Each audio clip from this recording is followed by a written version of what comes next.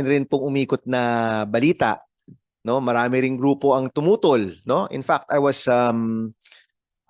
really want to know if the reasons na pinagtututulan nila ay talaga bang ito ba talaga yung plano o hindi, no? So I'll give you that opportunity later on. Pero for now, nais ko pong mag-focus dun sa mga apektadong mamamayan ng Kapas, no? Specifically yung ating magsasaka at NCIP. So naintindihan ko po, si Congresswoman Nancy, of course, is a good friend. Naintindihan ko po na may current claim, no, dito sa lugar na ito. Pero apart from that, nakita ho natin sa balita at sa iba't ibang post na merong mga nakatira po na indigenous people dito po sa 1,600 hectares. So right now, we're talking about anywhere from 40 to 70 families. Is that correct, Congresswoman Nancy, Secretary Nancy? Households po. Sa isang sitio lang po, doon lang po sa Binyayan. Tama Okay. po ba yun? Sa Pangkaba o Kawayan. Pero ang sinabi po nila dito, kaya po sabi ko, kasi nandun po ako nung last week, Opo.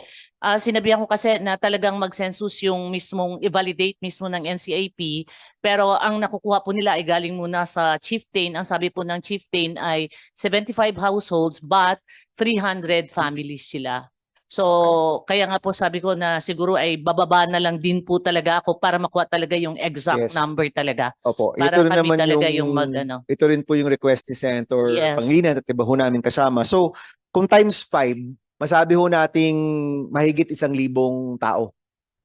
Kasama na po. Can we, Mr. Yeah, Chairman, pwede will po ba recognize the chieftain? the chieftain. Sige po, ma'am. Yes, go Mga ahead. ilang individual po yan, ma'am?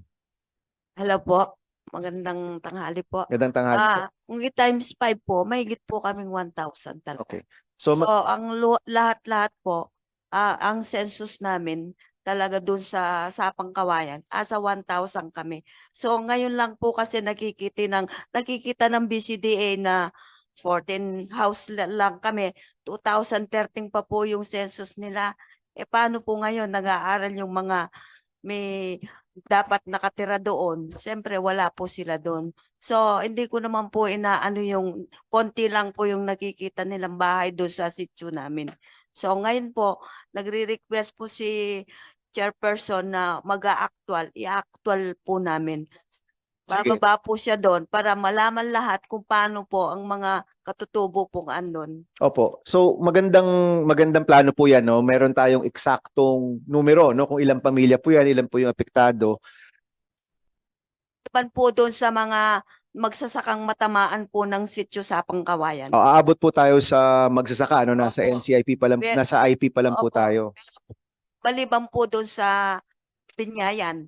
Dito lang po yung sa Sapang Kawayan na magsasaka at saka katutubo po yun. Okay. Ito pong sitio kung nasaan po sila. Nasa gitna ba yan nung 1,600? Nasa gilid or nasaan po ba yan with regard to BCDA? Nung nakita ko yung mapa, nasa gitna po sila. Gitnang gitna. So Sa may Phase 2 po kami. phase 2. Okay. Opo. So dahil po kayo'y nasa gitna, ang mangyayari po diyan ay siguro po magkakaroon po sila ng programa para malagay ho kayo sa sa lugar na wala po doon sa 1,600. Napag-usapan niyo na po ba 'yan? Meron na po bang na-offer sa inyo ng mga programa para po dito? Hindi pa po. Nag-usap po kami ng isang pinakamataas ng BCDA. Gusto nila ilipat kami po sa Sitio Binyayan. So ang sabi ko po, paano po yung tinayo namin simbahan doon? Opo. Well, dyan ho pupunta yung mga detalye, no? At Opo. mahalaga At po, saka po, kaya po ayaw namin umalis doon dahil andun din po yung burial ground ng mga kanununuan namin. opo. Well, yan ho yung mga kailangan Yun po ang nating pinaninindigan namin, kaya ayaw namin pong umalis doon. Opo. But ito pong burial ground, so kasama to sa Opo. claim ng IP. Opo, sakop po sa Sapang Kawayan po. Okay. Senator CDA kung alam asan yung burial Makasingit. ground namin dito sa Sapang Kawayan. Sige po, Chairman. Yeah, I'm very concerned about this issue na ni-raise ni Ma'am Muñoz, tama? Opo. Okay, yung burial grounds nila, maapektuhan pa rin. Anong plano niyo tungkol doon in case no kailangan talagang masasakop yung lugar na yon? What are your plans? Para doon. Isa pong option dito, sir, ay ang barangay naman po kasi nila malaki. So hindi po sila aalis sa barangay nila. So So iuusap yung lang po burial sila. grounds, respetuhin nyo yon. Opo. Hindi magagalaw yon as is. Okay, nasabi na sa kanila.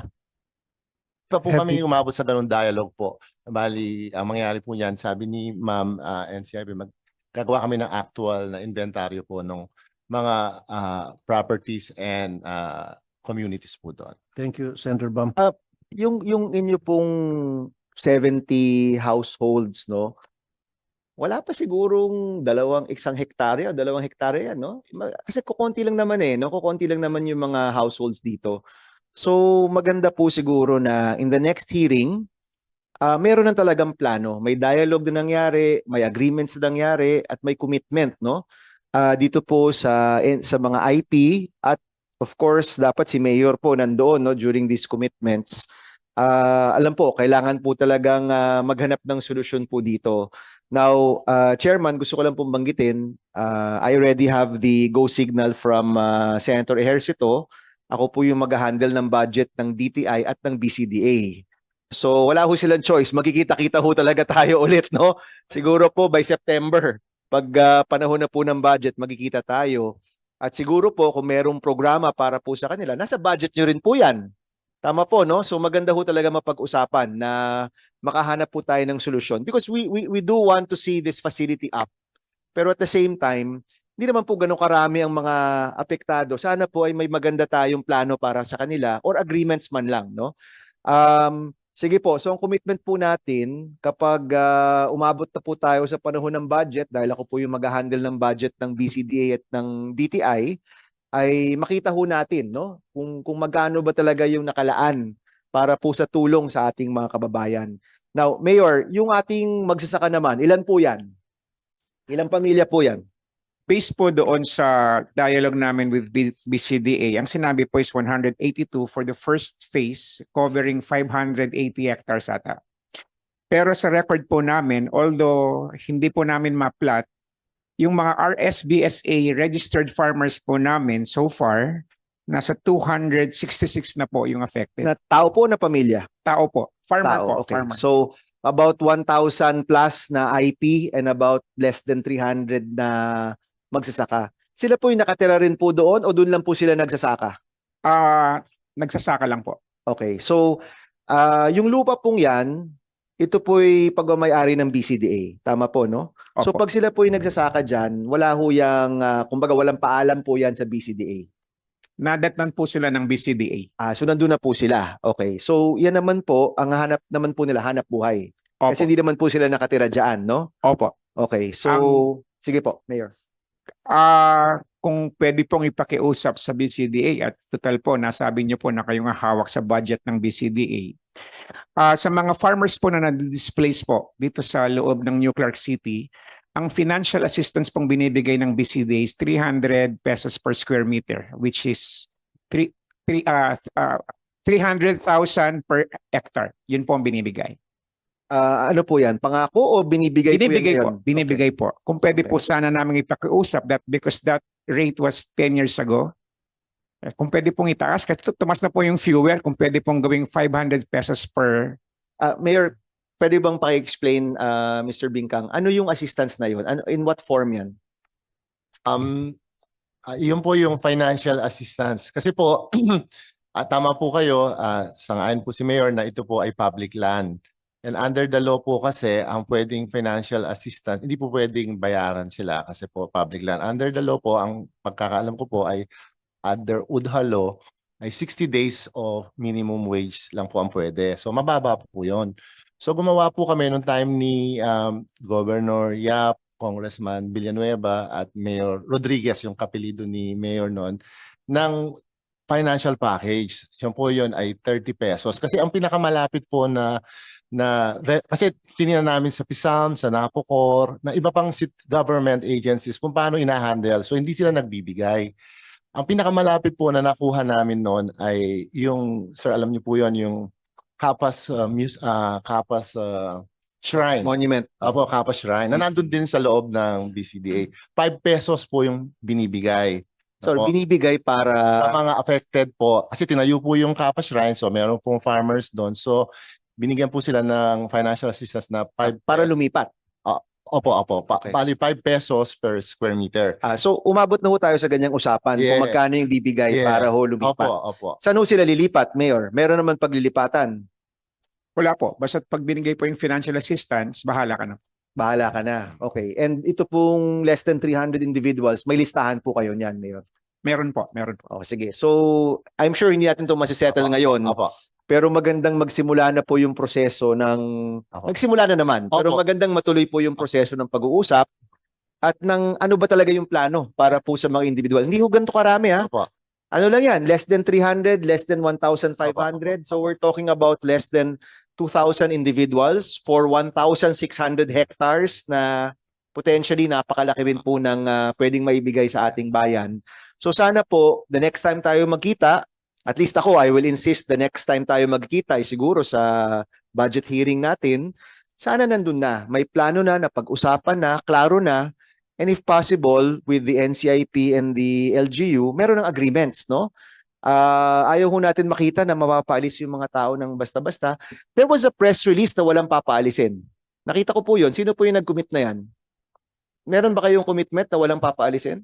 Bali, ang gusto po namin dito ay dahil kailangan po yung 1,600 pero ang New Clark City po ay 9,000. So pwede po silang lumipat lang sa loob din po ng New Clark City.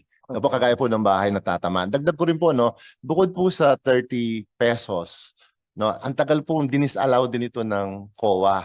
Kasi para sa COA, hindi sila dapat bigyan ng financial assistance. Pero pinaglaban po namin But, yun. Opo. Tapos, Mr. Bingkang, another option is kunin nyo sa developer. Diba? The developer can of course Kasama provide na po yun. assistance Kasama sa na po mga yun. affected. so yun po yung naging kasunduan din namin sa COA na i-treat siya as pre-development expense. So bukod po sa 30 pesos, bina-value rin namin po yung mga pananim, puno, yun po yung malaki. Halimbawa po yung mga mangga. So may valuation po ang Department of Agriculture. Kasama pa rin po yun on top po doon sa binibigay. Posible rin na mabigyan ng karatig lugar ang mga affected individuals within New Clark City, Opo. no? Na merong assistance for Opo. livelihood, Opo. merong assistance para sa pagpapatayo ng bagong barangay o Yes. bagong city. Opo. Pwede rin 'yon. Opo. Yung po pinakita kong sitio Binyaya na binanggit po, yun po yung katapat po noon. Ginawa na po namin botanical garden para sa kanila. 10 hectares po noong una. Nagbigay po ng seed money pa nga po ang DA. Pinapatayuan pa po namin sila ng pavilion para pwede nilang paglagyan ng produkto nila. So, iyan po i-expand pa namin hanggang 50 hectares. Kaya nga po, pwede kahit titi isang hektarya, pwede sila. So, yun po yung nauna namin programa na gusto namin i-replicate din po sa mga ibang maapektuhan. Okay, po. but ito naman syempre babantayan nating lahat Mr. President. Mahalaga na meron tamang konsultasyon, meron tamang social acceptability at gagawin natin 'to na sama-sama tayo. Na lahat tayo mataas ang mga pangarap sa mangyayari, hindi yung may isang sektor na masama ang loob o mapeperwisyo. So we need to find space in that 1,600 hectares for everybody. Kailangan may espasyo tayo doon, di ba? Whether as tayo yung tutulong sa paggawa, tayo yung magiging workers dyan, yung mga anak yung pwedeng pumasok dyan, and of course, a commitment na walang magiging demolition. No? Can that be a commitment na, anyway, 2028 pa naman yung unang facility, di ba? Tama ba, Yusek Rodolfo, no? Oo, I think we would need a commitment na before hindi tayo aabot sa mga demolition, dapat meron tayong agreements with the community. Is that can you commit to that on the record, Mr. Bingkang? Yes, Mr. Senator. Tama po. Kagaya po mga nauna naming mga naging proyekto roon po. Okay, but at the same time, ito naman po, sasabihan ko po si Mayor din, may mga ibang ganyang usapan, umabot ng 20 years, umabot ng 25 years, gusto rin ho natin makita na magkaroon talaga ng tamang agreement at the soonest possible time. I mean, kung meron pong burial ground, ba't hindi tayo pwede gumawa ng, kung meron pong plot doon, may sementeryo tayo doon. Ba't hindi, di ba? Sabi nga po ni Senator Amy, yung mga burial ground, hindi ho dapat talaga ginagalaw yan, no? Baka kung ma-identify naman, baka pwede tayo mag-maintain ng IP cemetery sa gitna ng facility, di ba? So, ang tingin ko po, kailangan tayo mag-usap, kailangan malinaw yung mga plano, kailangan nandyan yung mga yung ibang mga leaders para sabay-sabay tayong uusad dito, no? Can we get that commitment, Mr. Bingkang? Yes, Senator. Bigay ko rin pong halimbawa yung isang property namin sa Morong, Bataan. Dati po itong refugee center ng mga Vietnamese, ng mga Cambodian. So may mga shrine din po sila doon. Hindi po rin namin ginalaw ang mga yon. Kaya nga po pag bumibisita sa Pilipinas, dinadalaw po nila yon kasi na-station po sila doon ng mga ilang taon. Okay, thank you. 2 more points na lang. So unang-una, with regard to processing ng minerals. So nag-file po ako ng bill about this in my first term. In fact, nung final ko yan, nag-spike yung presyo ng, na kung baka naalala ni Yusek Rodolfo yon. Malaking bagay itong processing gagawin sa sarili nating bansa. But one thing I would like to remind everybody, sa Indonesia, kung saan to ginagawa, yung mga processing facilities nila are state-owned. If not state-owned, state co-owned, no? Dito po yung pinakamalaking value. This is the biggest value with regard to supply of minerals kapag napoproseso siya sa sarili nating bansa. At kapag labas, ay ano na siya, yung value na kukuha natin. So yung processing, kung yan po, foreign-owned. So I don't know if there's a restriction sa foreign-owned mineral processing plant. Pero let's say walang restriction yan, ingatan ho natin yan kasi yan yung pinakamalaking value. Baka po may locator tayo, sila po yung magpo-process, mabebenta natin yung mineral na raw, sila yung magpo-process, hindi ho makakapture ng Pilipinas yung value ng processing. So please keep that in mind na may Maharlika Fund tayo, maybe that should be the big investment for a processing plant that is owned or co-owned by the Philippine government. So please take note of that. Ha? Alam kong malayo pa yan, pero doon kayo papunta. No? Okay. Sige po, at this point, nais ko lang ulitin na Mr. Chairman, sa mga succeeding hearings, probably as early as September, magkikita-kita tayo ulit. Sana po may progreso itong pag-uusap. No? And we'll also send our staff, of course, taga-Tarlac po tayo, to join the meetings. Para may witness rin, no? Para nababantayan ho natin yung mga agreements. So bilang panghuli, let me ask Yusek Rodolfo and Mr. Bingkang, you have the floor. Ano po yung mga top misconceptions about Pax Silica na nais nyo pong klaruhin sa taong bayan? Kasi aaminin ko po, nung in-announce to, ang raming balitang pumasok, hindi pa naman sila talaga nagkaklaro. So go ahead. Then I have one last question. Thank you, Senator. Unang-una ho, maraming salamat for this opportunity. Napakalaking bagay ho sa amin, pati yung guidance, pati yung sa pagtatanong nyo, tsaka yung direksyon na gusto nyong tahakin. Ito yung mga importante sa amin. Ito ho ay nangyari lang noong April. Kaya halos bagong-bago ho ito. So, with due apologies, talagang mabilisan ko yung nangyari. April lang.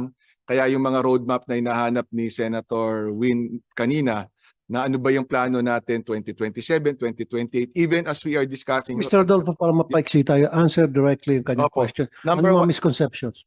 One po yung diplomatic immunity and sovereignty at the very beginning. Tapos sinabi na ho natin na Philippine laws ho ito. Pangalawa ho yung So wala yon, fake news yon. wala po yon. Okay, so lahat ng batas ng Pilipinas susundan. Opo. Okay. Pangalawa po yung pangalan niya ho na Special Economic Security Zone. Pag naririnig ko yung security, talagang ting ding ding ding, lalo na po yung mga kapitbahay natin. Sinasabi, magpo-produce ba kayo dyan ng mga armas? Hindi po mga armas yung dito. It's economic security to secure the supply chain. Pangatlo po yung sinabi na nung nabanggit yung AI hub, para sa Clark, ang akala po ay data center.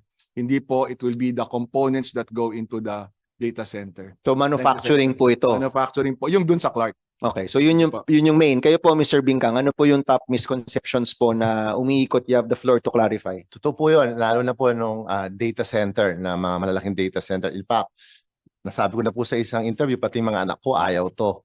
Inaaway ako. So, and then because the data center will require a lot of power and water, so akala nila kukuha sa existing supply natin. So hindi po, meron na kaming pinag-uusapan na independent, embedded, reliable power sa kanila. Hindi po ito makikipag-compete na wala dapat tayo ikatakot sa requirement po ng ganitong mga industriya.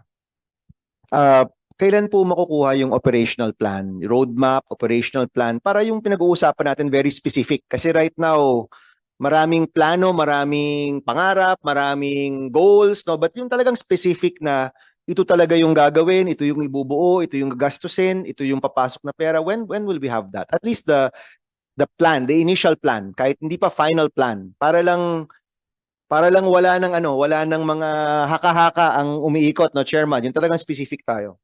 O kagaya po ng ibang business contract namin, kapag kapirma po, bibigyan namin sila normally ng 6 months to come up with all these plans na aprubahan. But the development of the area, nakaplano na yan. Opo, na. Oh, kasi pinag-uusapan nyo na yung mga farmers sa NC. So, Opo, nakaplano na yung development. Pero yung specific po para sa mga investor, Okay. yun po yung kanilang isasubmit O, naman po. Doon muna sa development ng area. Opo. Can you already produce a development plan for the area kahit wala pa yung mga locator? We can provide the meets and bounds po ng lugar. But the specific planning po sa loob, magagaling po yon sa investor. So yun po yung isasabit nila, and then it will be subject to regulatory approvals. I see. Kasi lahat ng infrastructure sila gagastos. So hindi tayo gagastos dito? Yun ba yung, ano yung gastos ng gobyerno sa facility? Bali, kung sa 1,600 po, nakikita namin wala po. At po-provide lang po yung lupa. Ano po. So, Okay. But they want the ecosystem. Kaya nga po, mayroon pong iba na mag-i-invest on power. Yes. Merong iba na Okay. mag-i-invest. So let me go back. Government funding or government resources apart from the land, wala na tayong ibang gagastusin? Ngayon po, sa tinitingnan namin, ang BCDA pa wala pong participation on the financing po nung Oh, lugar. that's also new to me, no, na wala tayo. So if ever, support siya sa mga current na nandoon na residents, farmers, IPs that will come from BCDA probably. Yun po yung pondo namin to address po yung social concerns ng area naman. All right. Maraming salamat, Mr. Chairman. Thank you.